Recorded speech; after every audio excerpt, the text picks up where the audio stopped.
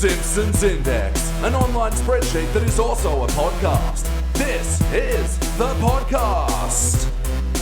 Coming to you out of SideQuest Studios, this is the Simpsons Index, episode 240. That's actually 420 for Australians because we write the date correctly. Yeah. Anyway, hello there, I'm your host, Elliot Jay O'Neill, and joining me here as always, except when he's not, is BT Calloway. Oh, hi. And joining us all the way from beautiful Queensland is Diana Green. Hey, it's good to be back. Glad to have you back, and welcome to the Simpsons Index, the podcast that reviews all the Simpsons across all the eras. But you know what? Sometimes there's gold in them hills, and gold? I don't know, am I getting too ahead of myself? Just introduced the episode already, Elliot. We just watched Season 33, Episode 12, Pixelated and Afraid. First released in February of 2022, it was directed by Chris Clemens, written by John Frink. In this episode, Why do you keep trying to do that? I might get you one day. No, it's not. It's not Schwartzwelder. I'm sure we're out of No, Schwartzwelder. he comes back every now and then just to surprise people. Yeah, he'll come back just so I can land that bit one day. They've got him frozen in the corner. They just unthaw him when they need him. Yep. In this episode, Homer and Marge get lost in the wilderness and have to survive. Hey, what did we think? It was all right. I especially like the bit where Homer and Bart have to tie up the tree and the bunny rabbit gets catapulted away. It was really good. Yep. Maggie hanging out with the bears, that's good fun. Wait a second. Yeah. Like the episode I mentioned, this also had a weirdly unrelated first act. Yeah. But it gets better after that. Yeah. Well, I mean, it doesn't take long either. No, but it's painful. Yeah, I think the first act is where I'm going to be drawing a lot of my problems with this episode because I think acts 2 and 3 are fantastic. I think there's a brave amount of choices that the Simpsons staff made in producing this episode.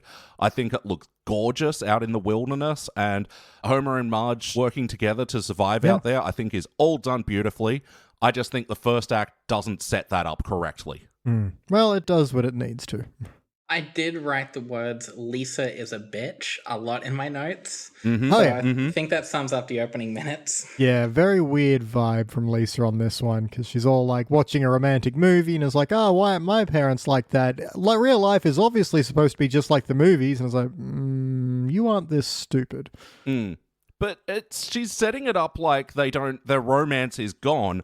But it's quite clear from Marge and Homer's actions in this episode that the romance is very much alive. Yeah. They're just a gross couple that are grossly comfortable with each other. Yeah. And there is a romance to that. And saying that the romance is dead is at odds with the events of this episode. Honestly, it was probably the closest I've seen Homer and Marge in like most episodes. Yeah. Yeah, really working together as a unit even before they have to fight off the wilderness. Yeah. Which is really nice, and you could probably argue that it's out of character, but only because we've seen so many Homer-Marge relationship not working episodes. It's nice for this one that, you know, Homer's being a bit gross and Marge is coming down to his level, but he's also, for once, you see him helping around the house and coming to her level. And, he can eat tacos and have his gross little taco bin, and Marge is just like, that's my homie. Just what married 40-year-olds do. Yeah. Pretty much, yeah. And it feels real, and it doesn't feel out of character because of that. In fact, it's fucking refreshing. So, what's Lisa bitching about? Like, Yes, it's not like the movies, Elliot. It was in color and everything. Yeah. It's supposed to be all like quick banter and cocktails. That's what true romance is, according to this one film we saw the end of. what the fuck is this movie anyway? I don't know. It's What is this idea of romance that Lisa's getting out of this? Had a dog. Yeah. Yeah, which is nice. That was good. But if anything, it was more about solving crime than romance, but okay. If I was, more knowledgeable, I would probably say it's a parody of an exact movie, but I have no idea. It's just a very Turner Classics movie. Yeah, it's got the very, end of a more positive noir film to it, where it's like, well, there, we solved that case. Yes, we certainly did, and now it's time for cocktails. And that's basically the gist of it. Yeah, it's just all this muddled stuff in the beginning that I don't feel like sets up where the episode is going properly. And even then, we're getting this setup of Marge and Homer working together at the start, and then they work together in the wilderness, so that's not really solving a problem that was set up by the episode anyway. Yeah, well, it feels like it's not going for an arc exactly. It's more that romance can also be this kind of understanding of each other and this kind of comfort level and this kind of working together, which they have, which Lisa doesn't understand because she's 8, which is fine, but yeah, then you don't have an arc, which is other than the survival element. Which again is fine. It's just, yeah, for this to be the basis of it. I don't know, I like seeing them work together in the household. That was nice. Like you said, it was refreshing. And then some callbacks happen in the wilderness, and Lisa is a bitch. Well, let's hook into the questionnaire. Diana, for better or worse, what is a moment from Pixelated and Afraid that stands out to you? For better, I am happy that after the opening minutes, you never see the kids again. Yeah, those two little bitches. Even Bart was being a little bitch in this one. He was. Although I did like that Milhouse was somehow getting hurt through his VR game. That was one of my biggest problems with Ready Player One. Why the fuck would you buy the suit to make you feel pain? Like, because that's what gamers want, according to Hollywood. Imagine. Real gamers feel pain. Why do you think Lilac Wars sold so many copies? The Rumble Pack didn't hurt you, though. It could if you... Nestled it against your balls like a man. Anyway, no, I agree. Part of what I was saying before about the brave choices that this episode made, which was, to not have the kids involved in this story and not even come back at the end. I was kind of surprised by that, yeah. Yeah. One thing I actually really do like is the fact that this episode basically opens up straight away. There's no couch gag, there's nothing. The intro was like 2 seconds. This is wall to wall. This is packed. And basically, except for the opening few minutes that I hate... The time was used really efficiently and there was no like dead air. It was really well done. Yeah, absolutely. And you could argue that it's kind of weird that they don't explain what's happened to the kids or... They died. That's fine. Yeah. You don't see... Like, this is the newest episode I've seen, so as far as I'm concerned, they died and they didn't appear next episode. And everything from here on is a shared death dream of Bart, Lisa, and Maggie. Everything's just someone's death dream. It'd be nice when that podcast eventually catches up to this in like 40 years. At the current rate of no episodes per year, we'll be waiting a while. Maybe they're stuck out in the wilderness. We should look for them. Well, Adelaide's kind of wilderness. Then a search party. I mean, this whole intro really could work if they just had, when Lisa's all like, the romance is dead from your lives, have Marge and Homer be like, no, wait, is it? And then have them kind of not realize that being comfortable together is its own form of romance. And that's maybe why they go on this trip rather than the fact that neither of them really seem to want to anyway. Yeah. They got bullied by that 8-year-old kid. Yeah. Well, 8-year-olds can be very insistent and you're not allowed to punch them. So... They can? Cool. Like, it really feels like the obvious answer in the writing is that they're showing Homer and Marge being gross. Like, why isn't it Lisa just grossed out by this? Like, she's just watched this classy movie and then here's her parents that... are cohabitating and they're not fighting. They're just, ew, God, why are you so comfortable with each other? She's a little grossed out because, Cheeto dust on the remote and stuff like that. But it just needed to, just slight tweaking in the dialogue to be like, you can't be romantic in sweatpants. And then Homer and Marge are like, oh, no. And then they kind of realize, oh, wait, maybe we've lost it without the thought of this is what you're really working towards is the point where you can just be in sync with each other. But looking at it objectively, it's just so nice, It's nice when you can get to that level with a partner where, you're just gross. Yeah, like one of my earliest notes has a little heart next to it. It's like, Homer and Marge are cute together. Maybe it's because I'm over 30. I get it now, but it was genuinely, like I said, some of their best relationship stuff. It's just good seeing them be happy. Yeah, absolutely. If we can build a happy Homer and Marge playlist, this is going to be right on it. Yes. BT, what's a moment from this episode that stands out to you for better or worse? Oh my. There are a lot of weird references to genitals in this. Let's just get that out of the way. Okay. That made me feel weird. So, the pixelated obviously comes from the fact that at a certain point they lose all their clothes because they're trying to drive lose all them. their genitals. Is what I was all going to their say. genitals. I mean, I didn't see any. Did you? I'm glad they pixelated. Yeah. So they end up, naked and afraid. Yeah. Pixelated and afraid in the woods. And Marge is climbing a tree and she's like, my thingy. I'm like, I don't need to hear that. Yeah, I liked her saying my thingy. It seemed very in Marge. Oh, yeah, but and Homer later, I can feel my front stuff again. I'm like, I don't want to think about your junk. But he can feel it again. Oh, then he's also running through a bush naked at one point. He goes, that one went in me. I'm like, stop making me think about it.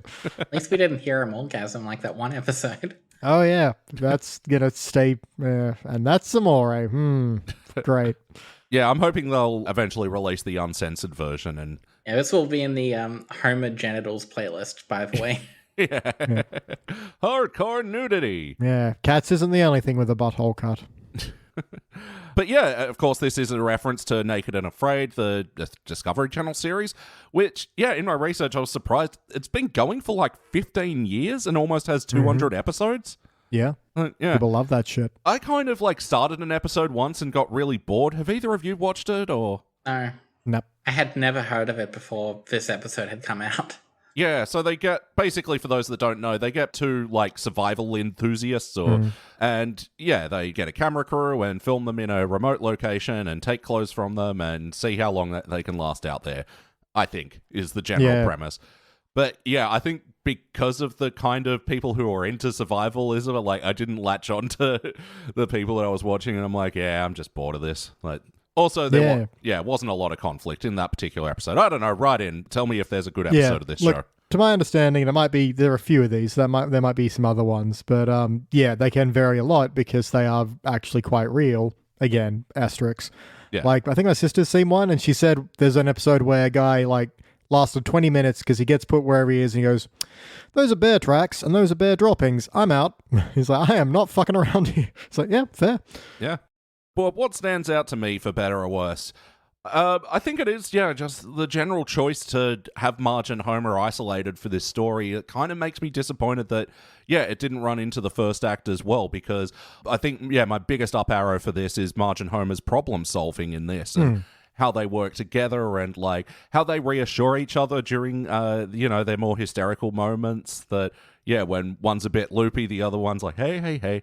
Yeah, especially when Homer's losing it over the fish and then eventually somehow manages to catch a fish in his pants and then they're both trying to get it together and then they do and then they've just got such an appreciation for the food and how far they've come and, like, that is just lovely. Yeah, that was kind of a big moment. I'm like, okay, this is what we're doing. Because they have like a almost sobbing hug over the fact they caught a fish together. And you're like, all right, this is what we're doing on this one. It's not going to evolve into something different, at the midway point. They're not going to suddenly discover they've actually been on the set of another reality show the entire time. Or, there aren't going to be elves raising horses or whatever that fuck happened in that other episode.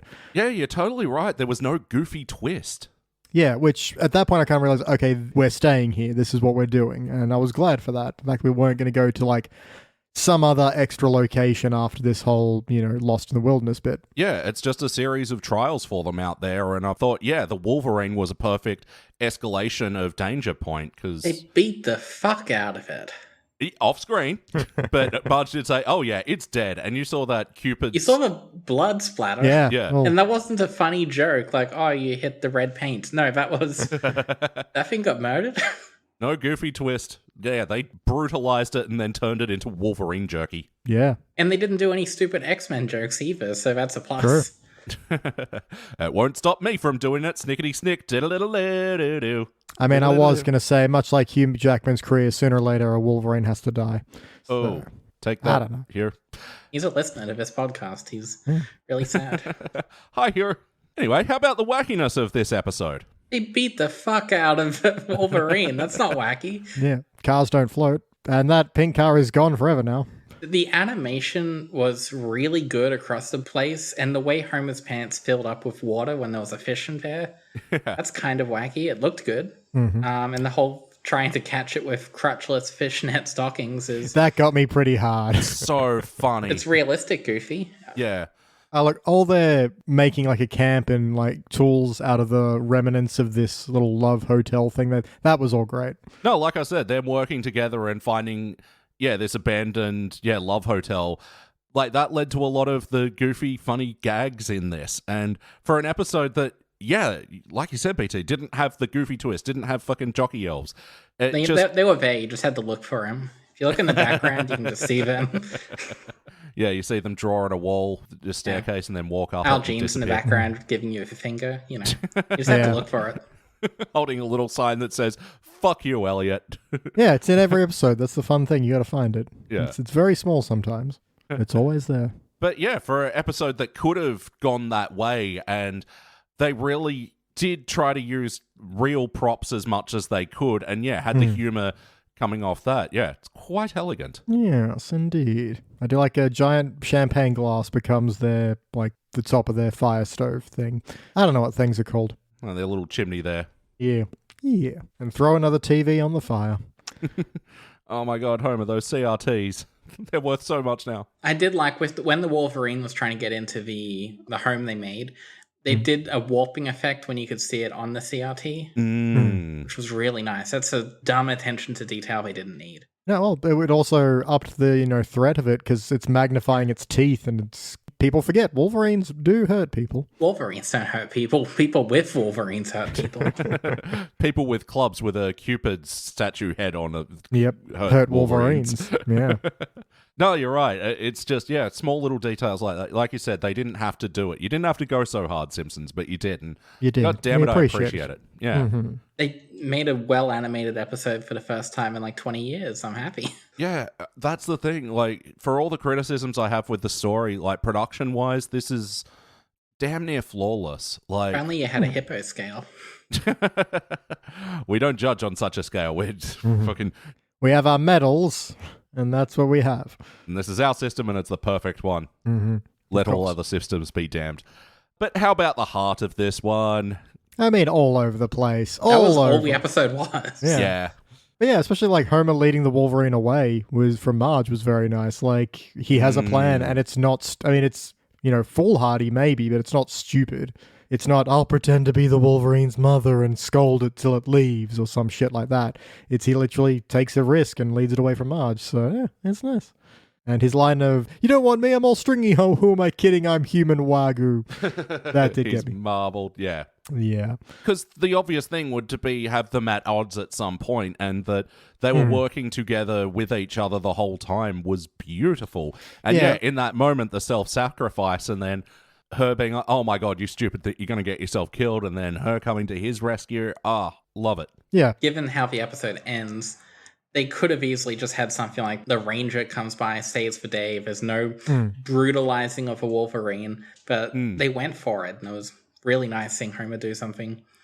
This is an era of, everyone hating Homer, usually, although I hear season 33 is less bad with that. Yeah. But yeah, it's good to see Homer actually do something likable and genuinely risk himself for someone that he clearly cared about all episode. Yeah. Felt earned. Yeah, and look, I do have an appreciation for there's never a falling out between the two of them. It's always them versus, the wilderness. And while it would have been very easy to have a moment where they do go off each other, that gets resolved when Homer makes that, sacrificing his safety for hers, I appreciate that we don't. And it just becomes a nicer story for it. So maybe less, thrilling or something, less story engagement, but it just in terms of like a nice pastiche piece. Well, it feels elevated from a standard Simpsons episode because, it doesn't feel like they're doing the usual twists and turns with a Marge-Homer relationship story. And down to where you think, oh, okay, here's where we get Homer jerkass, where he sees the Ranger, doesn't react immediately, looks back at Marge and the little shelter they're built, and, he's stuck in that decision at the moment to tell her or not. And then, the Ranger starts going away, he shouts out, and then when Marge is like, oh, what's happened? You're expecting Homer to go, it was nothing. But no, he admits it straight away, and she's like, no, I get it. But then they just work together to go on one last lovely hike before they get rescued, and they take their time, they take in the scenery, which is gorgeous. They leave their kids alone, Yeah. They got to fend for themselves. Children have to learn to kill Wolverines at some point. I'm imagining Homer just didn't want to go back because of Lisa. Yeah. Yeah, he probably gets back after days of surviving together, and she's all like, you're not romantic like in the movies. And it's like, oh my God. Oh, when you were gone, Grandpa babysat us, and he told us how romantic things were in the 40s. We didn't get anything like that. It was nice. Absolutely. But ultimately, did it feel like an episode of The Simpsons? Are these the characters we know and love? Is this the show we know and love? I don't know. Very different vibe, but it's them definitely taking a different angle on things. It's experimental Simpsons. Yeah, I would say that of it. Yeah, it's very different. I mean, you compare it way back to Call of the Simpsons, where the punchline is, they can't tell the difference between Bigfoot and Homer. Whereas this doesn't ultimately have a punchline. It is just a nice story. Yeah, I will say that is a ding against this episode, is it's not very funny. Yeah, and it's not really an arc per se, and it's about people. And that's fine at this point. Again, 33 seasons. I'm glad they're trying something different.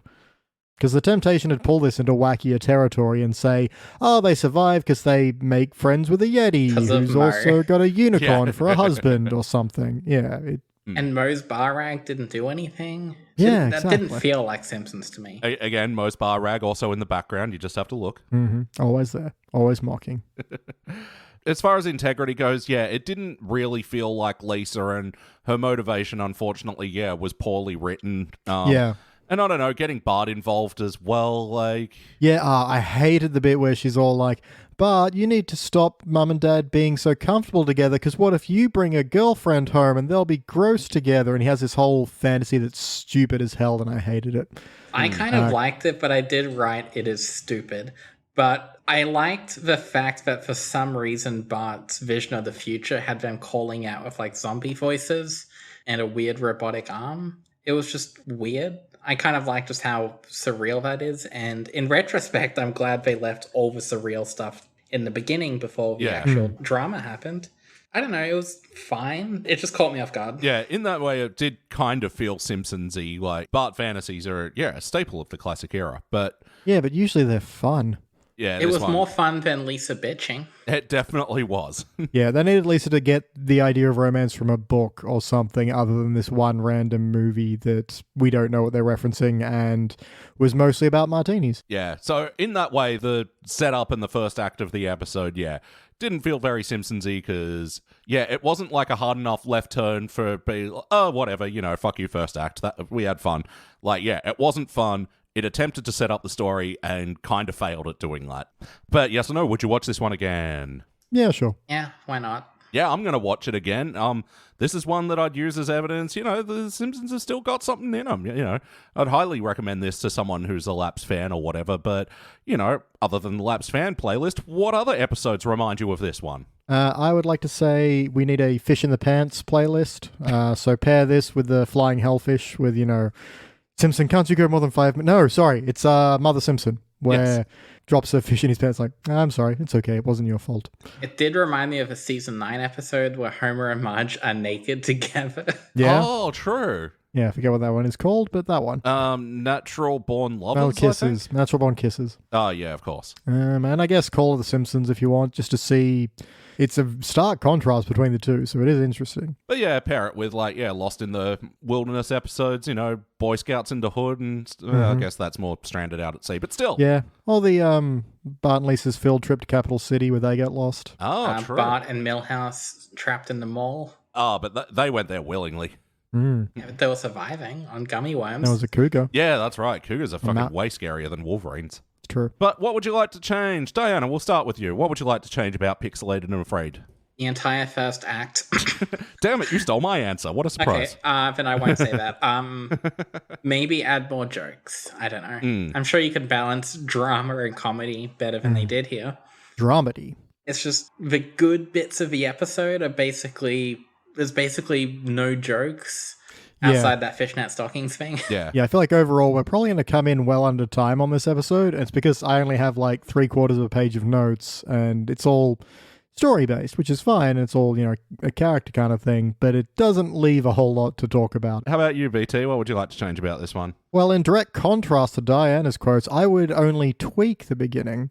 Oh. Either that or just rewrite it entirely. Lisa is dead the whole episode. Yeah. Lisa's less of a bitch and actually gets her ideas from somewhere Lisa would get her ideas from. Like reading about, the Curies who discovered radium together. No, that's too domestic as well. I don't know, something else. Pay me and I'll figure it out. But she already knew about that back when Marge was working with Homer at the power plant. Yeah. Unless this is earlier in the timeline, of course. Yeah, it's more of a time soup rather than a line. Yeah, get real Jims in on this. Yeah. Ooh. Yeah, but other than that, I mean, you could punch a few jokes in there, but I also appreciate that's kind of not what we're doing here. And I do appreciate they're going for a different thing on this. Yeah, that's sort of the tricky thing, because you've still got to kind of set it up as a Simpsons episode, even though it ends very differently. So I don't think the correct solution would be to, start with Homer and Marge and only have them throughout the whole thing.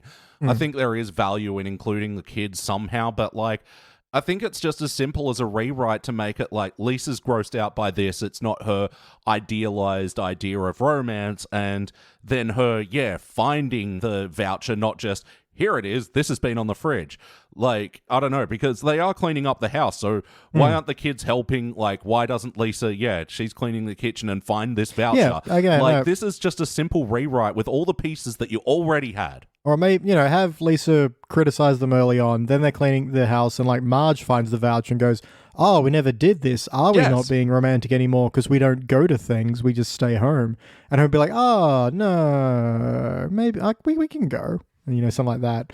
So at least it's not, I don't know, so very much all Lisa's insistence. Yeah, absolutely. And that kind of question of, have we lost the spark? The answer being no, it's just, it's not this bright, flaming passion. It's the home fire now. Yeah, absolutely. Yeah, I think, you're right, BT. We're coming in pretty under time with this one because it's time for our final notes. Now it's time, and now it's time, and now it's time, and now it's time, and now it's time, and it's now time for our final notes. Everyone's final notes. Extended edition. Pad there for extended edition. Yeah, everything is going to get slightly longer to pad out some time. If you play the podcast at 0.5 speed, we'll go longer. Everyone wants that value. Diana, do you have some final notes? I do. First of all, since you didn't ask, no, I haven't watched this episode before, but I had actually heard the worst episode ever about this, so I kind of knew going into this what to expect. Wait, you listened to their podcast about it before watching the episode? Well, I listened to that podcast before you invited me on for this episode. I didn't predict the future. I'm sorry. No, it's just interesting because I know there's Index fans out there who just listen to this and don't watch the episodes. And it's just still, I find that weird. I don't know how you could keep up because... That's how I do it. What are we talking about? Like, this one at least had a solid plot that, I think you could understand. But yeah, most of That's the time... how I've always done it. I'm sorry. No, it's interesting. It was easier to keep up in the early days where you spent like 4 hours on every episode. And now I just kind of guess the plots based on your notes, and it's more fun that way. Keep you on your toes. Yep. Yeah, but I will say it was fascinating going from the other episode we watched to this and just hearing 15 years of Marge voice. Yeah. It's just, it's like a night and day thing. It's kind of fascinating. That's actually a good point because rarely I feel like do we get a Marge-focused episode these days, and I guess I'd stopped thinking about it. Usually it's at the forefront of my mind, the deterioration of Julie Kavanagh's voice. Did that, were you two, reminded of that throughout this episode? Or I guess you were, Diana, you've brought it up. Yeah, Not too much. It wasn't distracting. It's something I know to expect every time I come into a modern episode. It's just weird. I didn't notice it too much. Usually whenever I watch a modern episode, I don't watch another episode directly beforehand, so there's less contrast. I was going to say as well, this episode did pixelate Homer's nipples for what that's worth, for all the nipple fans out there. Yeah, I thought it was kind of funny. I thought it was a good joke and that they didn't linger on it too much. I think you could have even, not noticed it at all. But there were a couple of angles where, it was just Homer's top and they still pixelated him. I thought that was pretty funny. The only other note I have is, first of all, they go to a cigarette machine, which... were things that used to exist, kids. Yep. I was going to say they pull out a matchbook and Homer says something to jot phone numbers down on. Yeah, I liked that. They had 2 or 3 jokes in the whole episode and they all hit, even if there weren't many. No, I agree. They were more sensible chuckle kind of jokes than huge laugh out loud ones. Yeah. That's basically it. I didn't take many notes because I was just invested in the story and there wasn't enough that I could write about. No, I mean, it's a sign of a good episode sometimes if you're not taking notes because, like you said, you can you're get overselling wrapped up this. in this. I feel like you're going the highest rating out of everyone here. I think I'll surprise people. That's for sure. Prepare to be surprised with a solid failure. Lisa was too much of a bitch. Yeah, all this lovey stuff is gross. Actually, when they were doing the gross out stuff at the beginning, Marge threw Maggie's nappy at Homer and they were disgusted, but where do they think the poop goes? Do they think that the parents don't have to touch that stuff? Well, that's the other thing I feel like they should have lent into more is that taking care of kids is gross. And at some point as a parent, you just got to be desensitized to that literal shit. Yeah. And that's the, yeah, whatever, the nappy's going in the same bin as my taco droppings, whatevs. Yeah, it's a bin, as if it matters. It all winds up in the same ocean anyway.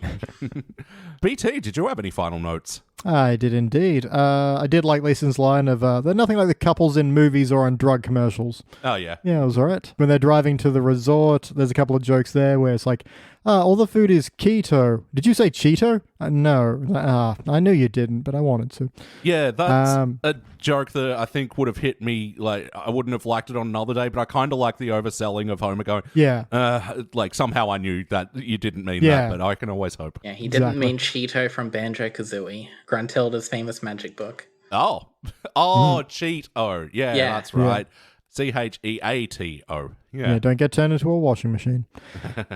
I did also like that all the events they're looking at happen at sunrise. So I was like, oh, there's yoga. It's sunrise. There's it. Sunrise, sunset. Oh, wait, no, that starts at sunrise. Yeah, that was good. Because, yeah, they're obviously already going to a place that is just flat out not for them, and it's a good way to sell that. I like Homer starting a fire with his phone by just hitting it with a rock. Because there's been enough, devices exploding in the news, that we know that's a thing. Yeah, there was a line that was, I thought, a bit odds with the conceit of the rest of the episode that Homer weren't you meant to exchange that, Homer? Nope, I just said I did. I felt like, we almost had a jerk-ass free episode. Like, it didn't matter, but it did to me. Yeah, it needed more of a, I don't know, take that recall notice or something like that. That is still very low on the scale of Jackass Homer, let's face it. Yeah. Exactly, yeah. This wasn't a silo of pig crap. Yeah, this wasn't putting Marge in the driver's seat when he was caught drunk driving. So yeah, again, to reiterate, the journey to the ranger station is just really sweet. Yeah. And it's beautifully animated, all that good stuff. And I also really like the, technically fourth act over the credits kind of moment where they just eat chips like they did sitting on the couch but watching the sunset. That's a real nice moment. That really ties it together. Gives it a nice bookend to the whole thing. Yeah, so often we crap on about the fourth act fucking non-jokes that happen during the credits. It's like, you could have easily not done this. And this one is, I think, essential to the episode. Yeah. Just to have a static shot of them. Yeah, they're rescued. They're wearing ill-fitting ranger clothes. Homer's is a bit too small. Marge's is a bit too big. And yeah, they're having this shared, beautiful, static moment together as the sun's very slowly setting over the credits. And I think that is just the perfect cap for this episode. Yeah, but still being themselves in the same way they were at the beginning on the couch. It's just now they're watching a sunset. Yeah. And it feels like a nice evolution of the characters where they can go back to zero in the next episode. But yeah, they've been through something here. Yeah. I was going to say, I'm glad you weren't here because I liked that ending as well, but I watched this episode with my partner who complained the whole episode, including during that credits moment. Oh, really? Sitting next to someone who would probably fail it on this podcast, maybe. Yeah, wow. I'm glad that people are nicer to it than what I was immediately experiencing before we started talking. No, I appreciate that. We have the problem on this show of basically being experts at this point, where we've watched so much that the fact that this is different is really refreshing to us. Whereas if you were sitting down for, Simpsons, let me get some classic laughs here, you'd be genuinely disappointed and kind of annoyed. So it's the thing of the critic's disease where you've done enough of the everyday that anything different is going to be very refreshing to you and therefore better. Yeah. I've seen enough modern Simpsons to know this was better than most. Yeah, exactly. I wasn't angry. Yeah. And I wasn't bored. So it already puts it in the top percent. All right, and time for my final notes. I think we've hit on most of them. I like once they establish the shelter and you've got a bit of a blue sky moment for them. It's the hunger. Yeah, we need food. Yeah. And that they go a few days without it. And it's not done in a jokey, hacky montage either. You kind of go with them a little bit on this journey and Homer and Marge's stomachs grumbling and Homer going, don't complain, offer solutions. Yeah. I thought that was a really good line. I did like that the stomachs were talking to each other when Yeah, Marge's did the same thing. Mm-hmm. It was probably the cutest starving couple I've ever seen. True. Prove me wrong. Yeah. Put that on the starving couples playlist. And yeah, even in the moments where after they had the food and another blue sky moment, it's this is the best meal I've ever eaten. And they're so appreciative of the fish and everything, a group hug and all that. Again, funny line. But then for Marge, just when she's having a bit of bliss, breaking down, I miss the kids. And then Homer, just dance with me. Like, that was just such a lovely sequence to me. And then, leading into the Wolverine, then attacking them. I just felt like this section of the episode had such great momentum. And I think that about covers it. Only one more fun fact about this episode. It was nominated for an Emmy, but lost to Arcane. Have either of you watched Arcane? No, I have not. I've watched like 3 episodes, then I forgot to go back. I really liked this show, and I've got no experience with League of Legends at all. For those that don't know, it's a show based on the video game League of Legends. It's a bit fantasy nonsense at times, but I had a lot of fun with it. Yeah, I keep meaning to go back, and I keep forgetting. I keep forgetting to watch TV. I don't remember what specific episode it was that won the Emmy nom, but like, I'm glad that it did because, it's not like a lot of shows I've ever seen, and I thought it was beautifully animated and told a great story. Frankly, I just want The Simpsons to win less awards. They've got enough. Sometimes it's just like, well, they only got in because they're The Simpsons, but yeah, remember that really offensive episode that like beat out the finale of Adventure Time? Oh, God, I'm still bitter about that one. Anyway, awards are stupid. It's time to rank this thing and give it an award. On the Simpsons Index, we rank using a 6-point scale, which starts down the bottom at failure. Maybe if the episode was just meh, you give it a participant. But for the positive ratings, you got okay bronze, good silver, excellent gold. But for the best of the very best, get cubic zirconia. I'm going to go first. Let me show you how it's done. Look, I really wanted to give it a gold, but on a fundamental writing logic level, I can't. I really, really wanted to. It's not cubic level because if it was cubic level, it'd also have the jokes to come with it. Yeah. But I want to applaud its daringness and its bravery to try something different, which I think it absolutely succeeds in Acts 2 and 3, but it is undeniable that Act 1 is a bit of a slog to get through, and it doesn't make logical sense with the episode, and you know that it could have been fixed with just one more fucking pass. It needed 3 more passes, but goddamn, the fixes are so goddamn easy in Act 1 to bring it up. But as it is, I'm giving it a silver. There are silver in them hills. BT, what do you reckon? Yeah, look, I walked in on a bronze, and I have improved my opinion on it through discussion, largely because this is an episode that shows a lot of restraint. I think part of what was worrying me when I was watching it is sitting there watching them survive and go, okay, but what bullshit thing happens next? And the fact we never went to bullshit territory and we just stayed here, again, is genuinely refreshing. And the fact we have a Homer Marge episode that isn't about them, maybe breaking up, and it's like, we get that so often. This ultimately becomes very refreshing, which is then hard to assess critically because it hits different for critics who have watched so much. That said, Do not call me at 2 a.m. to change your mind. We call Jordan. That is the tradition. I'm gonna stick with my original gut and say a bronze, but I'm leaning silverish. Yeah, it's a brilva. Yeah, I've been on a brill for the whole time. It's weird because what I like about this episode is stuff that no other Simpsons episode does, and the stuff I like about the Simpsons this episode doesn't really do. It kind of falls outside of traditional rankings, but because it's an experiment and it succeeded more than it failed. Yeah. I'll give it a fail. No, it's silver. I'll say silver and I'll regret it later, but I'll stick with it. I'm kind of regretting it. I want to gold it, but I just know I can't. I know I'll be way madder at myself if I gold.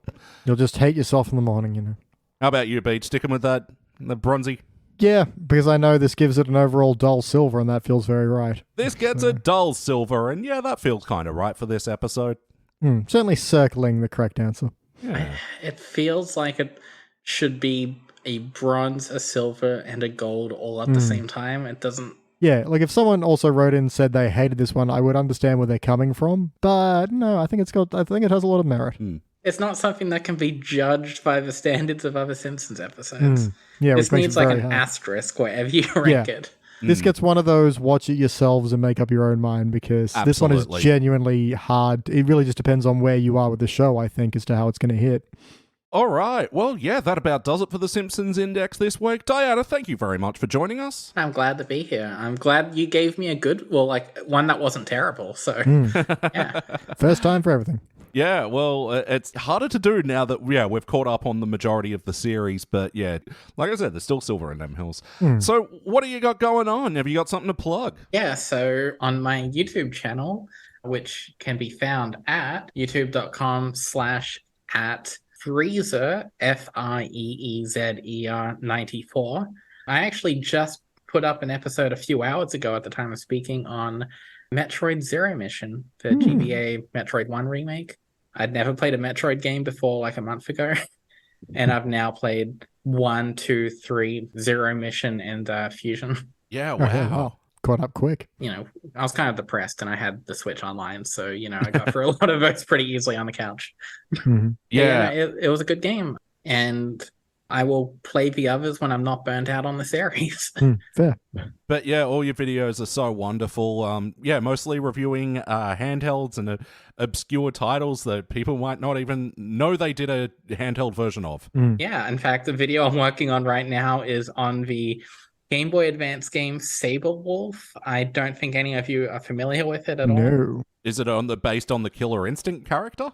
The Killer Instinct character is kind of based on it. So back in the ZX Spectrum days, Rareware, they were Ultimate Play the Game, and they made a lot of different games.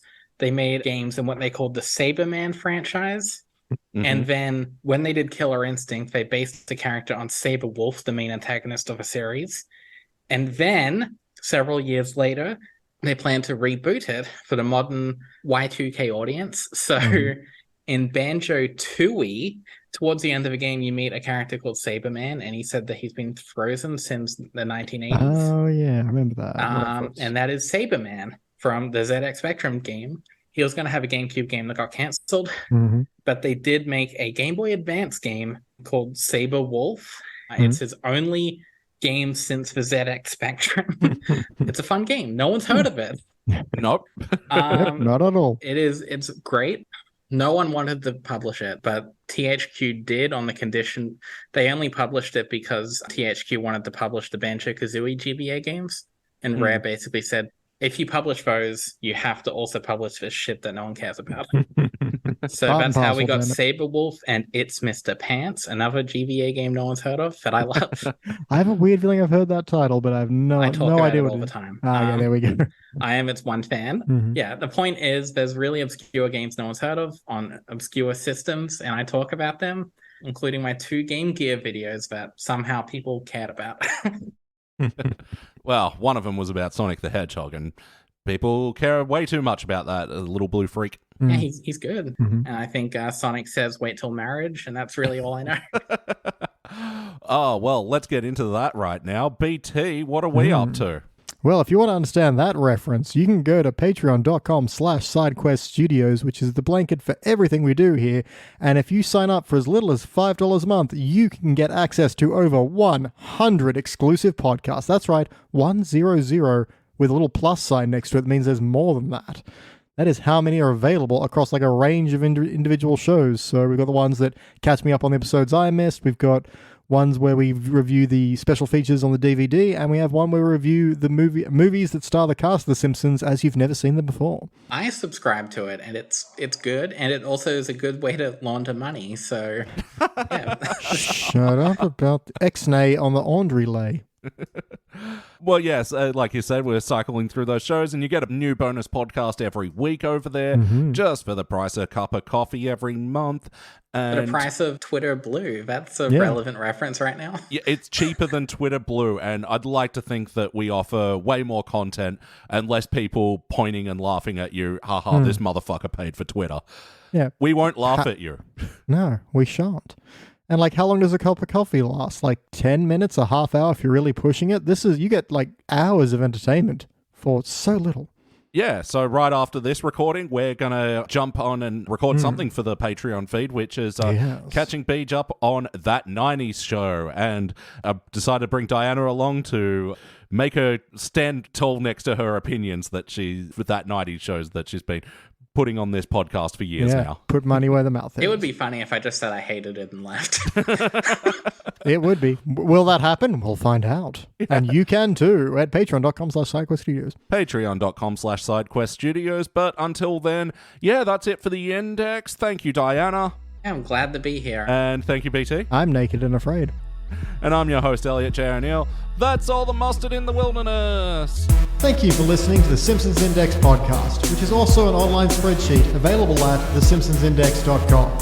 You can also check out our other shows, like Pulp Fury Radio, our scripted fiction podcast, which tells all original stories across a range of pulp genres, and Thrones of Game, where we review Game of Thrones in reverse order. Links to those podcasts and more will be available in the show notes. And now please stay tuned for the bonus scenes!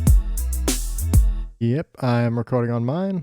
And Diana, do you remember the sinking game? Yes, I do. I know how it goes. Awesome. Well, yeah, you'll be 3, BT 2, and here comes the first number, 1, 2, 3, 4, 5, 6. Man, that's an impressive lack of lag today. I mean, don't, God, I forgot all my words immediately. Wow, cool. Well, you had me genuinely worried then that there was lag. No, I was just saying, don't compliment it until we're done. Oh, but you just stumbling over your words there. Yeah, I'm like, no, of sorry, course man. it's happening now. And Sorry, man. Didn't mean to give you a heart attack. All right, let's do it. That's all the mustard in the wilderness. And all the pixels in the shrub. Something. Pixels over the nipples. There we go.